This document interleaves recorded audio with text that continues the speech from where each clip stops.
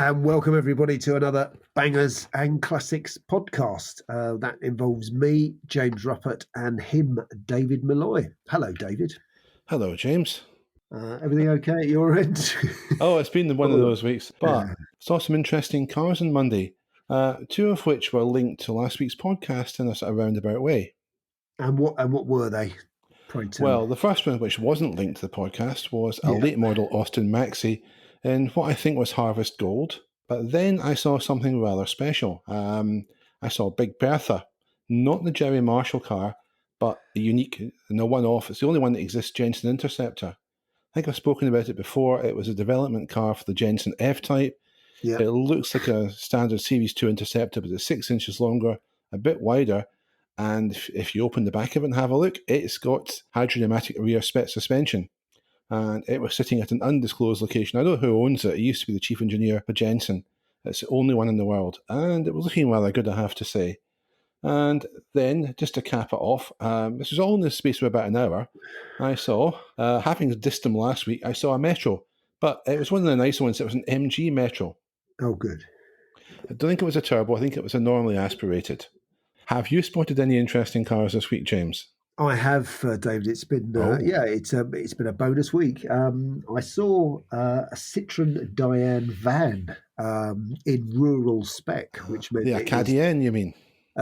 Whatever, and it looked rough, and it looked as though it had driven up from somewhere deep, in deepest south of France off some farm, and I presume some terrible, yuppies were in it or something, and but it was quite a nice thing to spot because I know how much you like them. That was a spot for you.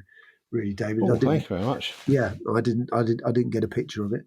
And then there was a definite crowd around an XK120, Jaguar XK120, and I couldn't fight my way through the throng to talk to the chap who was driving it, but it was in immaculate condition, and I did follow it down the road for a bit. And what that made me think was, it looked so good. I think it's probably one of those very nice replicas. Because also the gentleman looked like he could have built it. He did look as though he was handy with a spanner. He didn't look as though he just bought the car and that was it. But it was in silver. It was utterly immaculate. So I did think, who are the people? There's a couple of really good companies, isn't there, who make sort of replicas or kits, which are. I mean, it didn't look fiberglass at all. It did look as though it was metal. But I know that there was a couple of companies that I should have researched, obviously, before I went on here, who offer kits or mostly built cars that you can finish off. But it did look absolutely marvellous in the blazing sunshine at the time. So yeah. So this chap, the one who may have built the car, was he wearing a boiler suit and did he have a spanner in his back pocket? Was that the clue? Yeah, I think that was absolutely, and also the fact it did seem to burble down the road quite close, quite nicely rather. Yeah. It's just that all XK120s that were original. I once did a photo shoot with a classic car magazine many years ago, and the XK120. I mean, basically, it was held together with balsa wood. It was utterly. I mean, if you looked at it in the pictures, it looked fine, but it really was a ropey old thing. And you just think, well, yeah, you really should take that to bits and rebuild it. So this one seems so good, it must have been rebuilt or a replica or something like that. But I don't know. It was good. It was good to see, though. It looked very nice on the road. Right, jolly good. Yeah, I mean, guys wearing boiler suits with spanners or monkey wrenches in the back pocket, they're a dying breed, and that's a very, very sad thing, in my opinion. It is. I go everywhere in my boiler suit. I do quite honestly look like Fred Dibnah, because Fred Dibnah used to go everywhere in a boiler suit, but he was doing a proper job. He was taking down chimneys and taking his steam roller out, wasn't he? But I find it a very comfortable way to travel. And you are right. It makes me look as though I know what I'm doing when clearly I don't.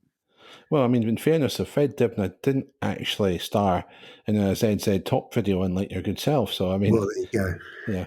Yeah, that's one you've got over Fred straight away. Yeah. Well, mind you, I reckon he'd have had a go, to be honest. I would have thought he would have done, wouldn't he? Oh Old yeah, Fred. Yeah, yeah, old Fred. Yeah, we like old Fred. we do. He's We one of do. our heroes, isn't he? Really. He's a genuine British eccentric, a character. And yeah, the world's a poorer place for his passing, obviously. Yeah. Um, Now, you mentioned yuppies, and that leads me to a controversial series of ads. Some people hate them, some people like them, and I thought maybe we'd give it, I would find out what bangers and classics thought. And that is a series of commercials from the 1980s featuring the Renault 25 and the yuppies in it. The yuppies who had names, they were David and Joanne, and their surname, we find out, is Parker. Remember those ads, James? Very much so, absolutely. They're hardwired into my brain.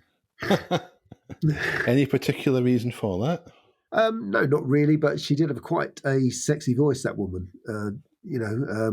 I can't remember the phrases now, but there were phrases used in that, and it was quite exciting at the time. And Aren't you being a bit hasty? Yeah, that's it. That's I can't. I can't I've do had a that voice. said to me so many times, but there you go. I'm not going to ask for context. I'm not going to go there.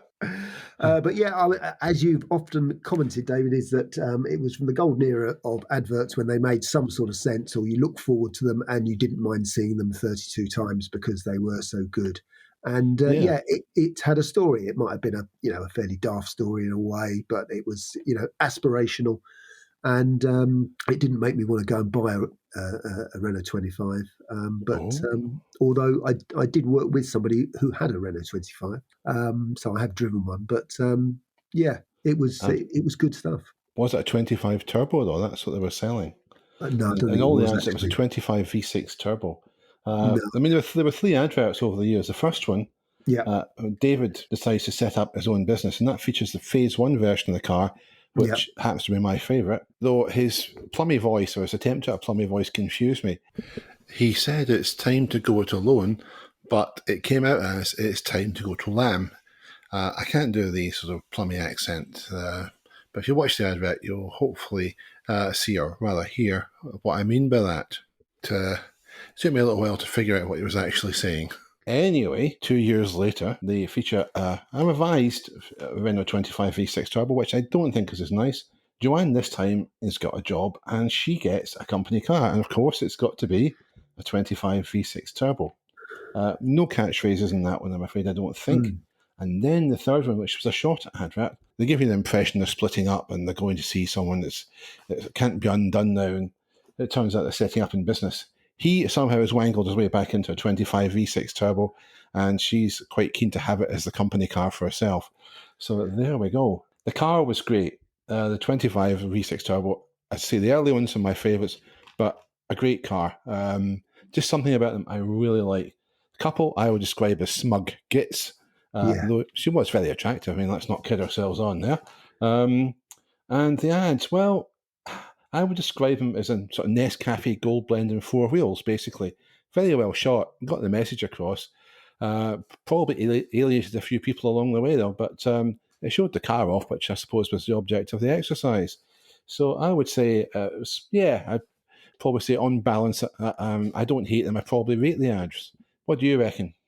No, I do. And as you say, I mean, in many ways, they are a reflection of the time. It was a time when we were go-getting and sharply dressed people, whereas now car ads are fairly woke. And I suppose that sort of defines what's going on right now, in that things are pretty average, really. Whereas back then, everybody wanted to go further, go higher. And it was all good stuff. Well, you did. Well, there you go, David. I was a scruffy git back then as well. Well, that's a shame, but for the rest of us, David, we were forging our way in business, and I was just a mere teenager when the first one came out, so so I couldn't go anywhere. Couldn't even make it to university half the time, but that's because there you go. I just don't know what was stopping you, David. I mean, those adverts should have filled you with ambition to go out there and find your own Joanne. Nah, not really. It's not. I couldn't go with the flow, mate. You probably have gathered that by now. I can't do that. I'm just not wired that way. That's just how it is. I like it that way anyway. But there we go. Anyway, we'll take a quick break there. You're listening to the Bangers and Classics podcast, presented by the very dapper and debonair James Ruffert and the somewhat tousled David Malloy. It's time for this week's Banger or Classic, and we've selected a car that's sure to polarise the debate. And if James has remembered this time what it is, he's going to tell us. Is it the Porsche 924, Yay! David? It's a Porsche Well, 924. there you go. It's a good job you told me, wasn't it? So, For the benefit of listeners, this is our second attempt at recording it. James pretended to forget it the first time. He hadn't really, but he was just doing it for comedy. yeah, absolutely. Unfortunately, the software played up, so we've lost that bit of dialogue, which happens quite a lot in this show, let's be honest. Anyway, Yeah. 924, James. Is it a banger or is it a classic? We're all waiting for your take on it. The world awaits. Well, the strange thing is, I took an awful lot in part exchange in the 1980s, where people, were moving out of a 924, and I mean, you've got all the cliches with it. You know, it had a van engine. It wasn't a real Porsche. It was really an Audi and all that. So you can trawl through all of that. But actually, I rather like them, and I think if you see one, you should go and buy one because they're quite reliable little things, and all the ones I've had over the years, I've really enjoyed. So for me, I think it's a genuine classic, and I think boo hoo to all those people who say it's not a real one. So for me, just from experience and the nice checkered seats that you sit on, I always thought it was a good little car. So yeah. Mm. I don't get the dislike for it amongst some Porsche fans. Mm. After all, you had the 914, which Yeah. was effectively the same recipe, really. It was Yeah. a link up between Volkswagen Audi and Porsche, and that's all the 924 was. And if you actually know your history, and you do, James, the reason the 924 came along was because Porsche were having a bit of a hard time. Mm. There was the energy crisis, if you remember, after from 1973 into well into 74, possibly even into 75, and makers of high performance cars were taking a hit because they used a lot of fuel and people weren't buying them, and Porsche was going through a tough time. Work was already underway in the 924 before the crisis, but it became really important after it, and it sold very, very well. And again, you look at it, it's a nice streamlined shape. It's got pop-up lights, so that's a win straight away. Yeah. And some of the versions of it were quite superb. 924 Turbo. If you've never driven a 924 Turbo, my advice, people, is if you get a chance, take it. It's a really nice, very well balanced car to drive. It's not outrageously fast by modern standards, but that's not that important. It's just a nice car to drive. Better than that, though, is a 924 Carrera GT. That's from 1980, it came along. There were 75 made in right-hand drive. One of them actually resides quite close to me somewhere. I've seen it kicking about. And yeah, it's a fantastic looking thing.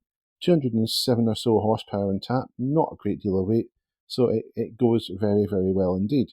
So if you find one of those and you can afford it, and snap it up. Same with the turbo.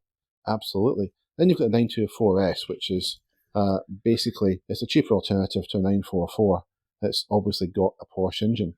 I would say if you can afford it, go for the 944. It's probably a better car.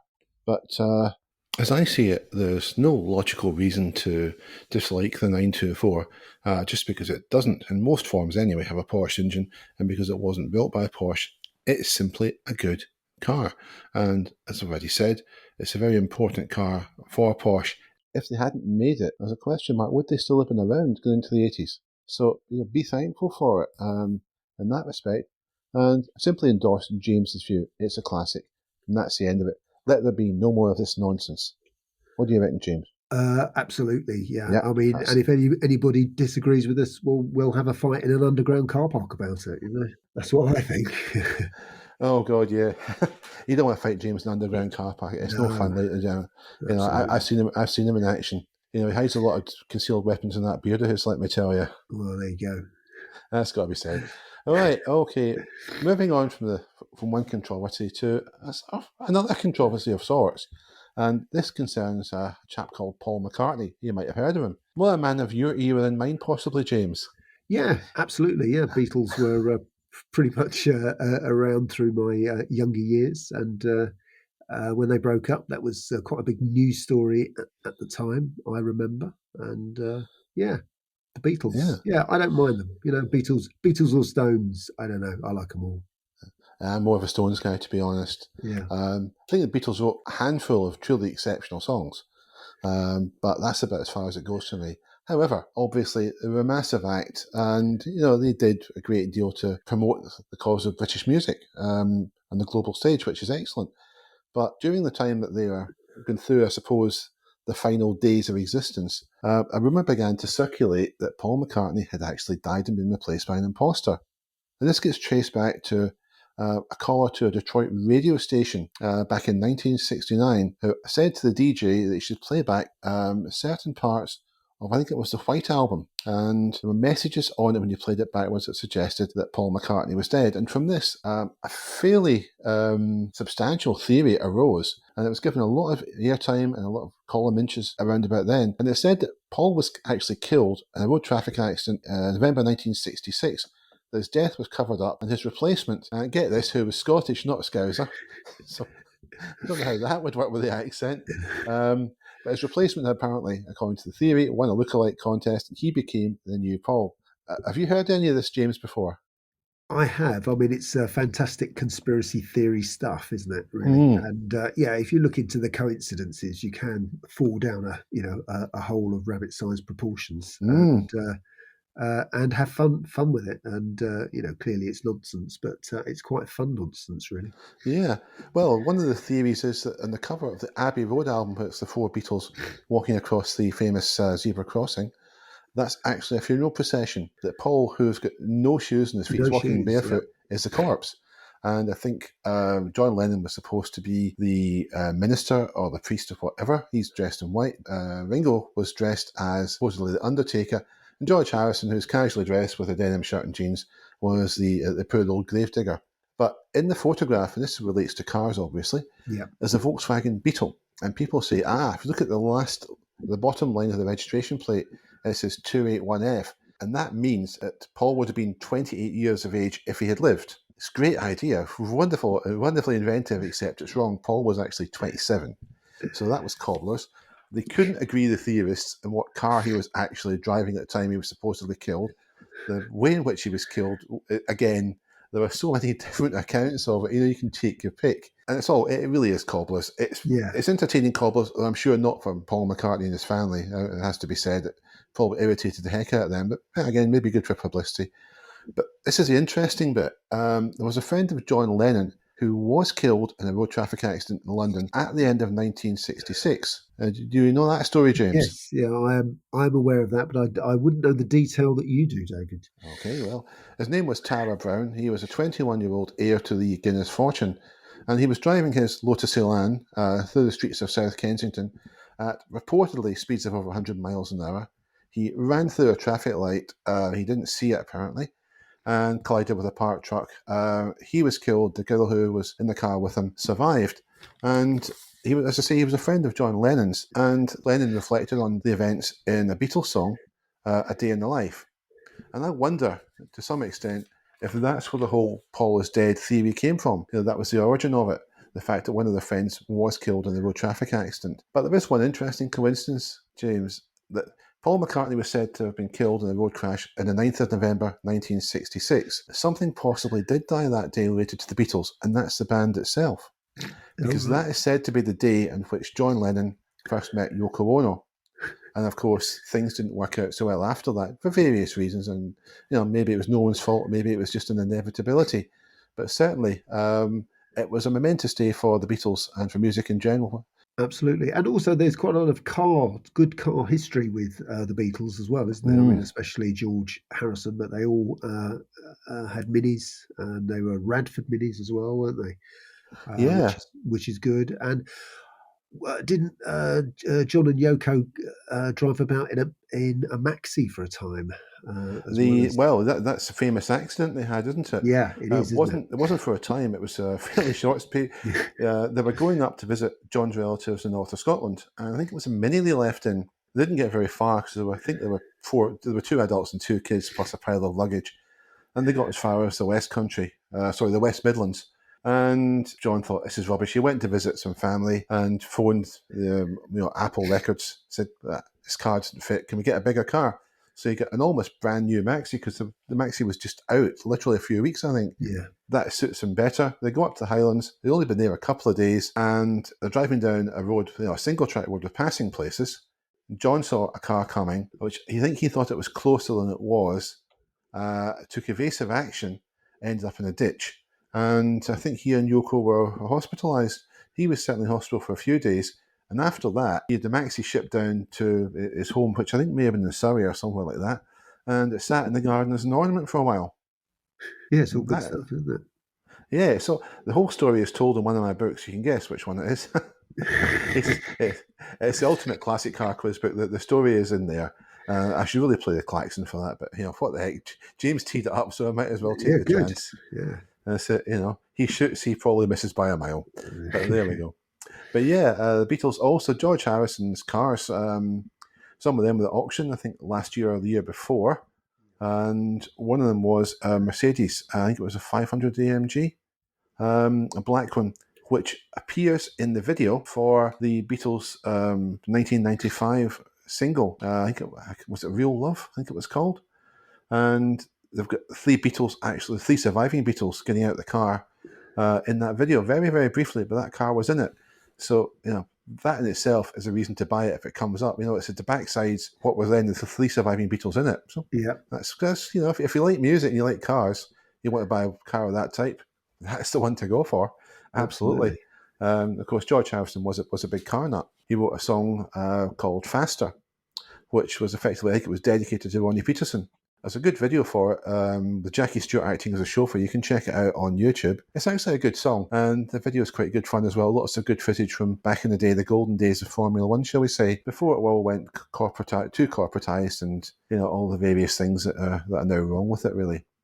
But there we go. And on that note, I think we should probably take another break. This is Bangers and Classics, the podcast that's groovier than Theresa May's dance moves. So welcome back. We're moving into the last segment of this week's podcast, and we want to talk about interesting names of defunct cars or defunct car marques, because sometimes they're a lot more interesting than the ones that survived. And I'll kick you off with one I liked. It was the International Harvester Scout. It was a contemporary of Jeep, the Jeep Cherokee more particularly, it looks like. And the whole name is redolent, I think, of the Great Plains of America, crossing it in one of those. No obstacle being too difficult. It's a Scout, it'll cross anything, it'll get you anywhere you want to go. And apparently they were very good cars, but they stopped making them in 1980, which I think is quite sad. What would you like to say, James? What's your favourites in that sense? Well, I would agree with you that the International Harvester was quite a cool-looking vehicle because it was quite handily sized as well, so it would actually do an off-road job and not break down like a Land Rover would. So that was good. When it comes to names, you can't beat things like the Gordon Geeble, which I quite liked, and I believe there's only 99 made of those, and it had an interesting little logo, the tortoise. Was that not a Welsh car, the Gordon Geeble? Gilburn, but Gilburn, but Keeble I think were in NW8. I think they were in North London somewhere. Right, I always get too confused between Gilburn and Gordon Geeble. But the Gordon Geeble, not to be confused with the Gordon Bennett, of course. No, absolutely not. But if you want a bit of a name that's quite classy with a bit of irony attached, there was a car called the Missile, which was produced by René Bonnet, who had been in business with a guy called Charles Deutsch's DB. They produced Panhard-powered little sports cars, one of which was called the Le Mans. They split up. Bonnet went his own way and produced the world's first production mid-engine road car, which was the Jet. But he also produced the Le Mans and a derivative of it, which was called the Missile. Yeah, this is where the irony steps in. Bonnet made some nice cars, but funding wasn't great, and one of his suppliers bought him out, basically took over and he got into trouble. That was a company called Matra, who formed their own car division. The irony is that the Missile was purchased by a company that really did make missiles, and just to add salt to the wound, they stopped production of the Missile car. So there you go. The other one I think was quite cool back in the day was the Dodge Stealth. There's a car for the 90s, James, isn't it? Yeah, absolutely. It's just a badge engineered Mitsubishi 3000 GT, but what a great name. You know, you'd want to have one of those, especially if you were a certain age in the 90s. You know, what do you drive? Oh, I drive a Stealth Man, you know. That would sound great down the disco when you're trying to impress the young ladies. Yeah, I mean, there's an awful lot of dead American marks now. I mean, it is stuff like the Studebaker, Oh, which yeah. yeah, which doesn't exist anymore, and it's hard to think of which models do really. They do seem to drop like flies. Hmm. Uh, Like Buick as well. yeah, Buick, yeah, Yeah. AMC, they went. yeah, they did, didn't they? They were big. I mean, we talked about them last week with the Gremlin. They also made Yeah, the equally lamentable Pacer. They made some good cars too, let's not forget. yeah, they did. Yeah. You gonna name one? Yeah. AMC Hornet, AMC Oh Matador. yeah, There's yeah, there's two that's good right. ones. Yeah, you thought you were going to catch me out there. Yeah, I did absolutely. Nice try, nice try. Uh, Also another name I liked was the company still exists, but the car name isn't used. The Polara was a Dodge, the Dodge Polara. Just something nice about the name Polara. It sounds like the Polestar, or if you're a child of the Cold War, it sounds a bit like a ship mounted or a submarine mounted missile. But we're not going to get into that.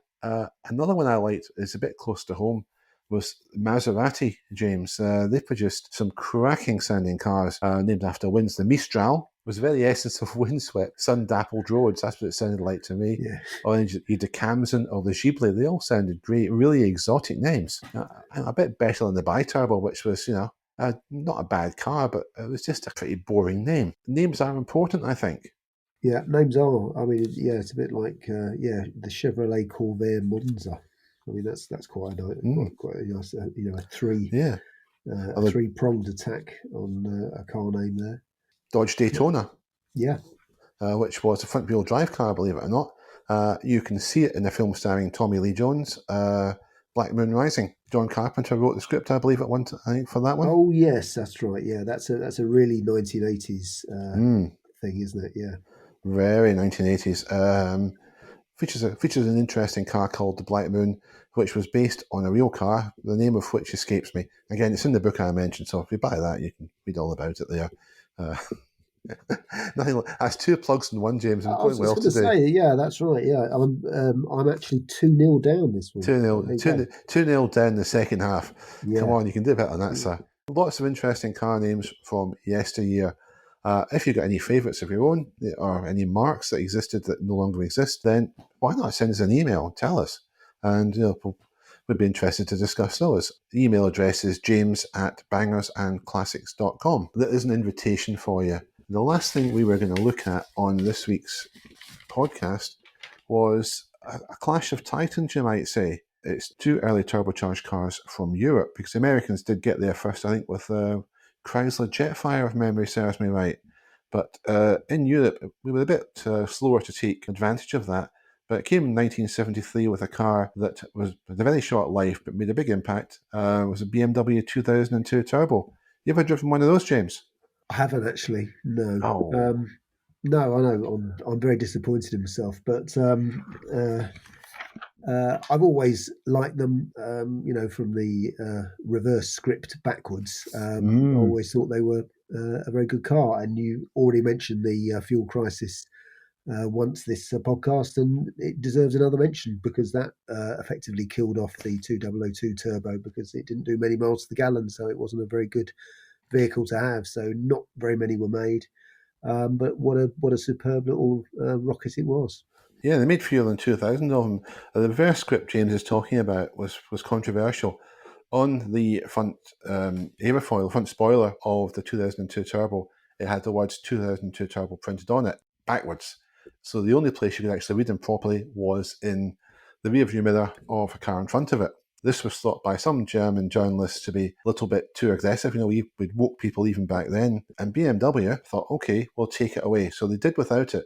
But very cleverly, what they did was they allowed it to be fitted as a dealer-fitted option, and you seldom see a 2002 Turbo without that backward script. To my mind, it's a bit harmless fun. It's with Kunle, Pop, and Couch.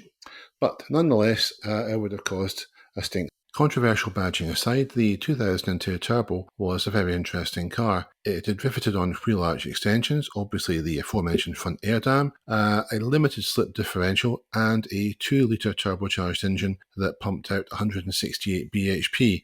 And that's not a vast amount by today's standards, but given that the 2002 Turbo weighed about as much as a packet of cards, then it was ample to give it very, very good performance indeed for the day. And the power delivery could be described as binary. You either had it or you didn't. That's the only thing that would catch you out with early turbos, and they were all the same. If you put the foot down, you had to wait a little while for the turbo to spool up. And if you're going midway around the corner and it spooled up, especially in the 2002, the tail would get very wide. You learned to adapt your style. It wasn't really a problem once you got used to it. As cars, I think hugely desirable, and as James says, killed by the energy crisis, and fewer than 2,000 of them were made. But that's not the only car we're going to talk about. There was also, James, the Saab 99 Turbo. What about that? What do you make of that?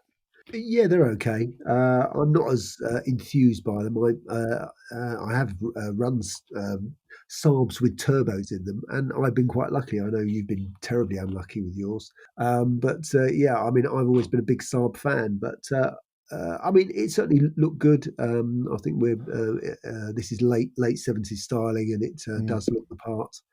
It's got quite good alloy wheels and stuff, and obviously it does need the rear spoiler and the front spoiler and all that to keep it on the road.